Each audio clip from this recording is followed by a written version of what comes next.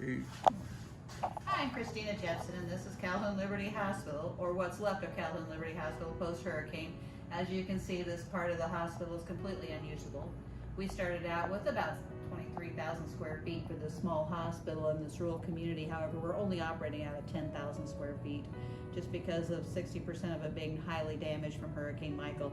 As you can see, roof, walls, ceiling, everything is completely moisture saturated.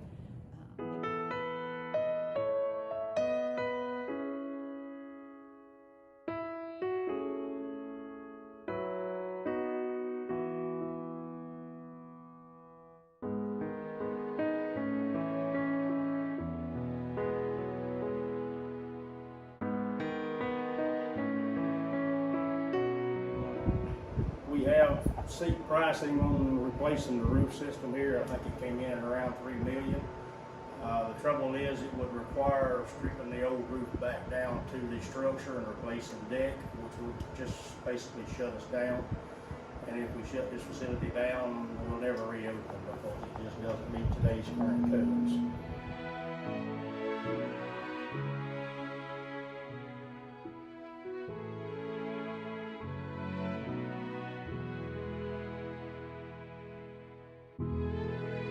Last leg, I think I got 2 left that's running over here. Is it still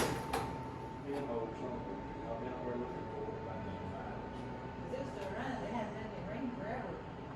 Oh, it drips for about 2 weeks. Once it gets over there, it takes about 2 weeks to finally quit dripping.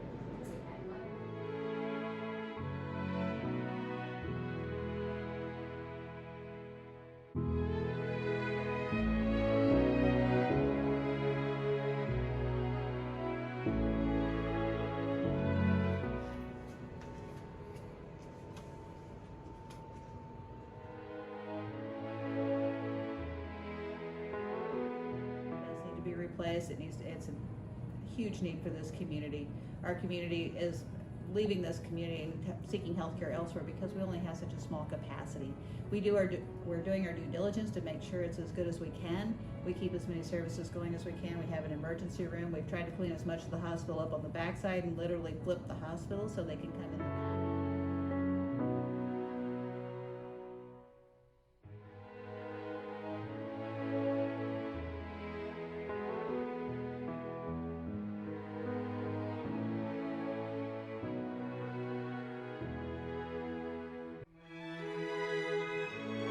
See.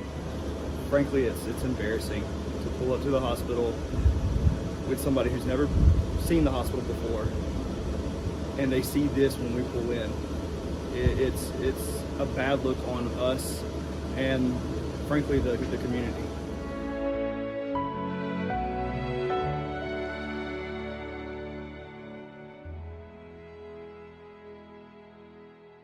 Continuing to follow the devastation and also the recovery for thousands of people after Hurricane Michael. Medical services in the Panama City area are limited with power still out for thousands of people. Once again, here's News 3's Shana Ferreira reporting from Panama City.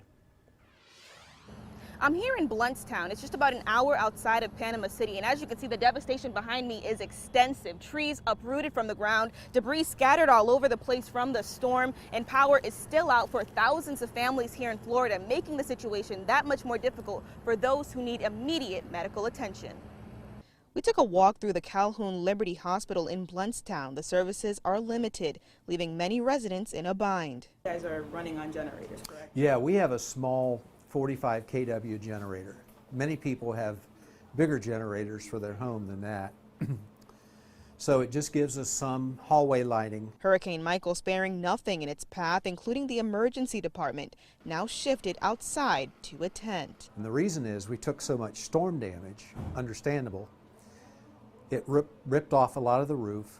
It blew some holes out of windows and caused a lot of other damage. Making services to those who need it limited. Because of the trees down on all the highways, although that's getting better, we had to rely on air transport. The hospital confirms in just hours after the storm hit, 4 patients were airlifted to area hospitals for critical treatment. Those were primarily patients that had been pinned in their houses, under the rubble of their homes, and search and rescue got to them and got them in here. The emergency room sustained water damage and roof damage from the storm, making critical life-saving operations nearly impossible. The hospital evacuated all of its in-house patients before Hurricane Michael made landfall. We knew we wouldn't be able to have air conditioning and probably some other building failures, and it wouldn't be a safe environment for inpatient care. Now, the CEO of the hospital tells me they have a crew coming to restore power to the lights of their helipad. The hope is to eventually restore services to the area. Reporting in Calhoun County, I'm Shayna Ferreira. It's a disaster. Our local hospitals work their best to serve those in need. When Hurricane Michael hit the Panhandle, Calhoun Liberty Hospital rose to the occasion despite damage to their own building. News 13's Faith Graham tells us what's in their plan on the road to recovery. Last October, the amount of patients at Calhoun Liberty Hospital tripled, all while the hospital suffered problems of their own. We lost a major portion of our roof and windows, and the typical wind and rain damage to our building. The storm also impacted how many patients the hospital could accept. We have reduced our bed size right now. We are normally a 25-bed critical access facility, and we do have 10 of our 25 beds open. And we anticipate to probably maintain at that until we do get into a new facility. A new facility that the hospital hopes to be moved into within 2 years. State legislators allocated $3 million to the hospital to help with the rebuild. That money has been allocated for initiating the engineering and architectural design of a new building. Kinney says the engineering process should begin in 3 to 4 months. Calhoun County Chairman Gene Bailey says the hospital is vital to the local economy. It's critical to us for the hospital to be open because we got 2 nursing homes and a prison, 400 to 500 jobs, and we are hurting for jobs in this county. The hospital currently offers inpatient, outpatient, and emergency services. Faith Graham, News 13. Calhoun Liberty Hospital broke ground on their new facility almost a year and a half ago, but construction, well, it's been stalled. Hospital administrators are waiting on a number of agencies to approve the plans before they're even allowed to lay the first brick. News 13's Emily McLeod joins us live in our studios. Emily, when do they anticipate construction to actually begin?